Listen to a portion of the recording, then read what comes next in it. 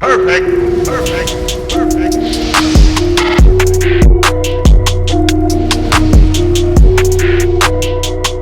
What is going on, everybody? RB here. Welcome back to Philly Take with RB. You know what to do. Smash the like, hit the subscribe, and ding that notification bell. That way you are instantly notified whenever I upload or go live. We will continue to go live for every single Sixers game and cover the playoffs here on the channel, so be sure to stay tuned in. But today, we are back with our official second round preview and prediction video.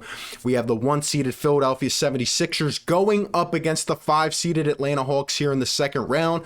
The Sixers come off a 4-1 series win against the Wizards in round one, while the Hawks come off a 4-1 series win against the New York Knicks. And my initial thoughts on this series is that, honestly, it depends on the health of Joel Embiid. And at the time of recording this, there is no official update. Maybe when I upload this or tonight or tomorrow, there will be an official update. But as of right now, we don't know how many games he's going to play, how his mobility is, and all that good stuff. So a lot of this will be dependent upon Joel Embiid's health. But Sixers coming in at second overall in defensive efficiency, 12th in offensive efficiency, while the Hawks coming in at 14th in defensive efficiency and 8th in offensive efficiency. So they kind of balance out.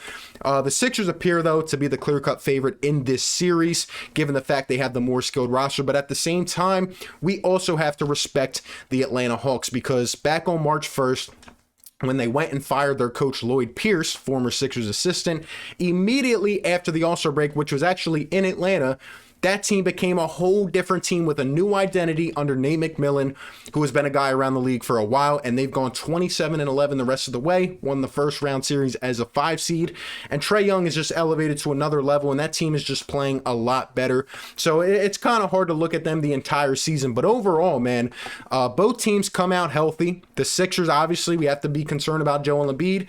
The Atlanta Hawks don't really have anybody, dinged up. I know Cam Reddish, I think, might come back for the series, so we'll have to see. But like I said, Joel Embiid's health is, really what this series depends on. Is he going to be able to play through it? Soreness? I really don't know. And I'm just praying that he's going to be all right.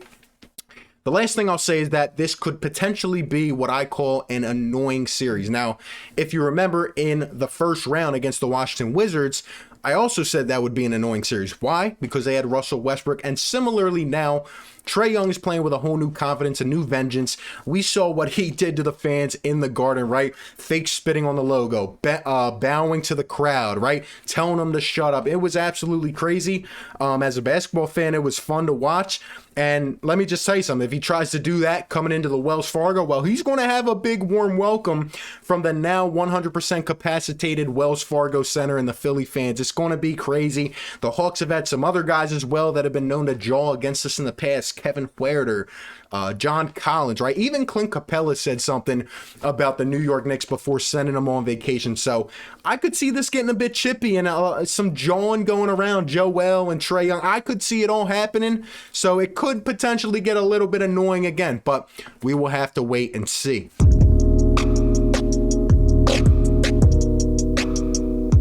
So let's talk about the previous matchups of these teams. As we know, they played 3 times this year due to the scheduling, but I'm only going to look at one of the games because in January, the Sixers lost to the Atlanta Hawks, but they did not have Ben Simmons, they did not have Tobias Harris, and they did not have Seth Curry. Now, the second matchup in late April, the Atlanta Hawks lost to the Sixers, but they did not have Trae Young. They did not have Kevin Huerter, DeAndre Hunter, so I can't go based off of that. But the last matchup is pretty much the only sample that we have here, and it's kind of hard. But in the second of a back-to-back, the Sixers dominated the Hawks 126-104. Trae Young was in the game. Most of the starters were healthy for both teams, and the Sixers played great defense. They pushed the pace. Joel Embiid, Tobias Harris, and Ben Simmons all contributing 18 points. Ben Simmons with a little fadeaway jumper. Everybody was aggressive. The juices were flowing, you know what I mean? And I believe that game was at the Wells Fargo, and the Sixers just absolutely dominated them. Made it look easy. They made it look easy. So this is the playoffs. It's a bit different now, but that is all we have to go based off of it, and I'm expecting a pretty hard played series from both teams.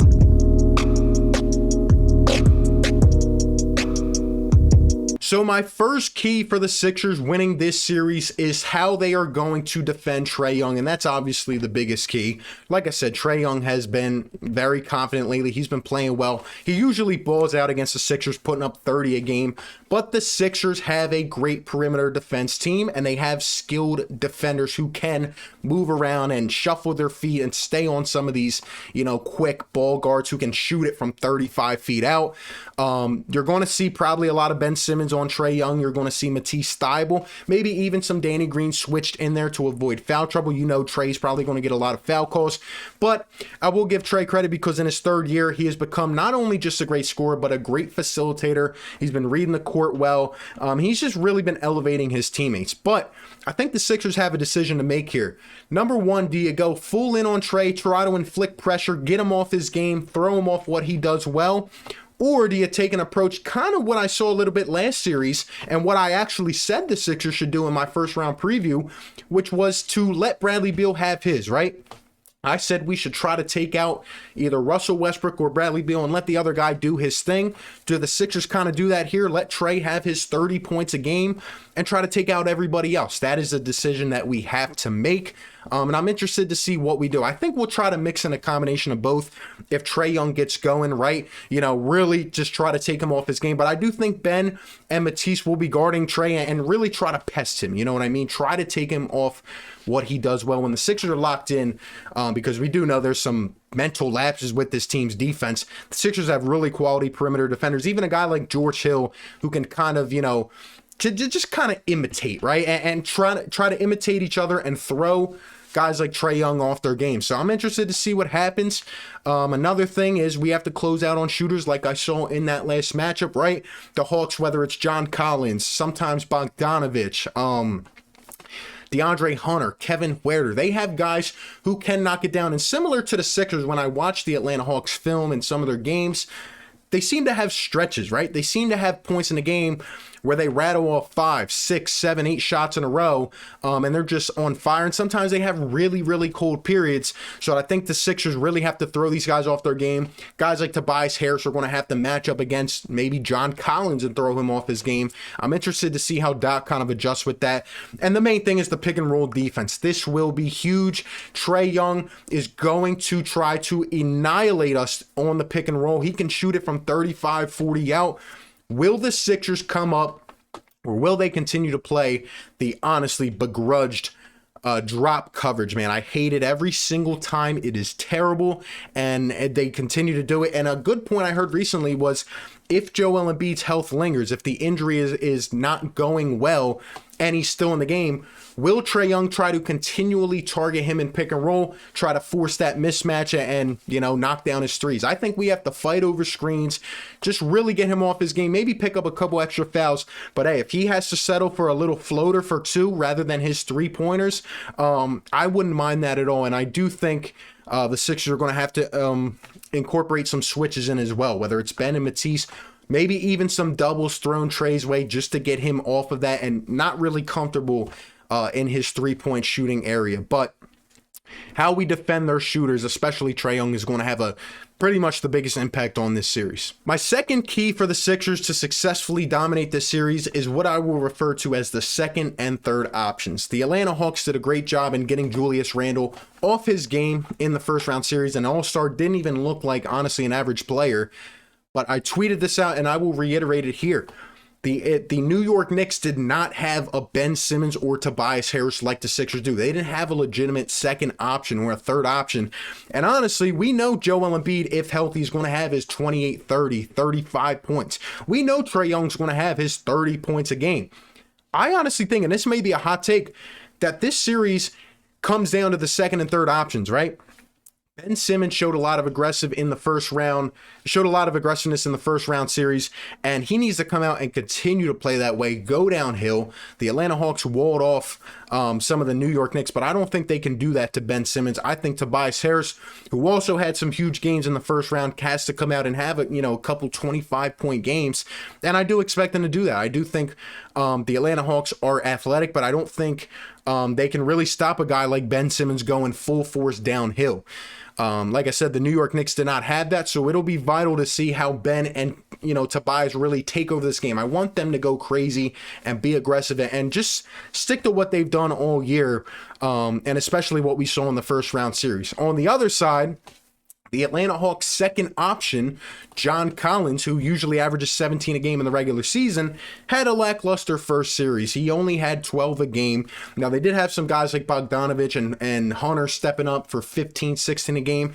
But honestly, with those guys as your second option, even John Collins, I do not think that is enough to beat this skilled Sixers team. And in addition to that, if Ben Simmons is playing the fast pace here and we're running up and down the floor, we are going to have to dominate that. And I just expect Ben Simmons and Tobias Harris to have much better series than some of these guys. And, the Sixers should be able to take out a couple of them, right? Hunter, Bogdanovich. I think we have the perimeter defense, like I said, to do so. We are going to have to force the ball out of Trey's hands, but we also have to step up against these guys. And I would much rather take a Tobias 20 a game and Ben 15, 16 over what the Hawks are going to give you. I don't think that John Collins being your second option is really enough to beat this Sixers team. So we'll see how the Sixers can take them off of their game. And my third and final key for the Sixers to dominate this series is to play at our pace and set the tone. The one thing I noticed in the Washington series was every single game, the Sixers came out immediately in the first 6 minutes and established their presence. You felt like, okay, this is the Sixers game. They're going to be able to do this. And you could just feel them dominate. They took over. And at the same time, I could probably say the same for Trae Young against the Knicks. I felt like he really put it into his hands. He played at his flow, his groove, and he just took over and controlled that series. And like I said, the Hawks are athletic. They're speedy, but so are the Sixers. And if we see some small ball lineups or if we see Ben Simmons going downhill, we have to play at our pace, but at the same time, I would also warn, if Joel Embiid is not in this series, do not fret. Don't go into panic mode. Just stay calm, maintain, and play our style of game. And a big thing is going to be how Doc kind of, reiterates that to the team and really makes those key adjustments, right? If we need a spark. I honestly wouldn't expect to see Shake or Furkan. I said I wouldn't play him in the first round series.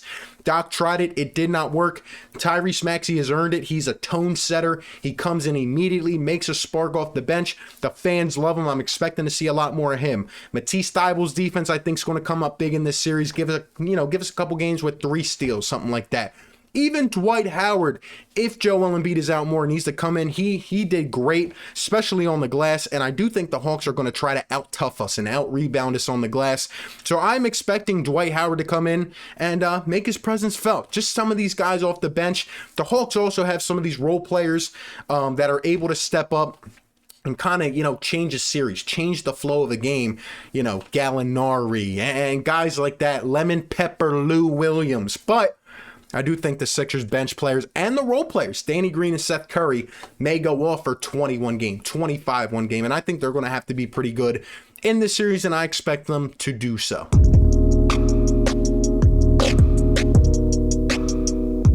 Overall, this kind of feels to me like the series, like the point in time where the Sixers finally break through that second round threshold and finally get to the Eastern Conference Finals. The road has been paved. They have to take advantage of it. And it almost feels for the Hawks to me like the Sixers did a couple years ago, where they get to the second round finally, and this is where they learn their lesson, and they go and they get the experience, and they come back the next couple years and are much hungrier. I just think the Sixers have it all paved out for them. But again, the key is Joel Embiid's health. If Joel Embiid is healthy, I think the Sixers really dominate this series and are way too much for the Hawks. And I think the Sixers, I will once again pick in 5. I think the Sixers win this series 4-1 if Joel Embiid is healthy. On the other hand, if the Atlanta Hawks continue to come out and they're playing us without Joel and he's in for one game and out the next and he's on a minutes restriction, I think it could get pretty scary. And I think the series goes 7 games and could lean either way. But given the fact the Sixers will be at the Wells Fargo if there is a Game 7 with the home court advantage, the full crowd, I would probably still pick the Sixers to win that in 7 games. But let's just hope and pray he's healthy. I think the Sixers will dominate the series if he is in. But those are just all my thoughts, guys. Let me know what you think down below. How many games will the series go? Who will come out on top? What are the key factors of winning this series? Give me all your thoughts down below. We will be live for every single Sixers game, so come hang out and tune in, and I appreciate everybody for tuning in. Be sure to like, comment, and subscribe, and I'll catch you on the next one, man. Peace. Perfect. Perfect. Perfect.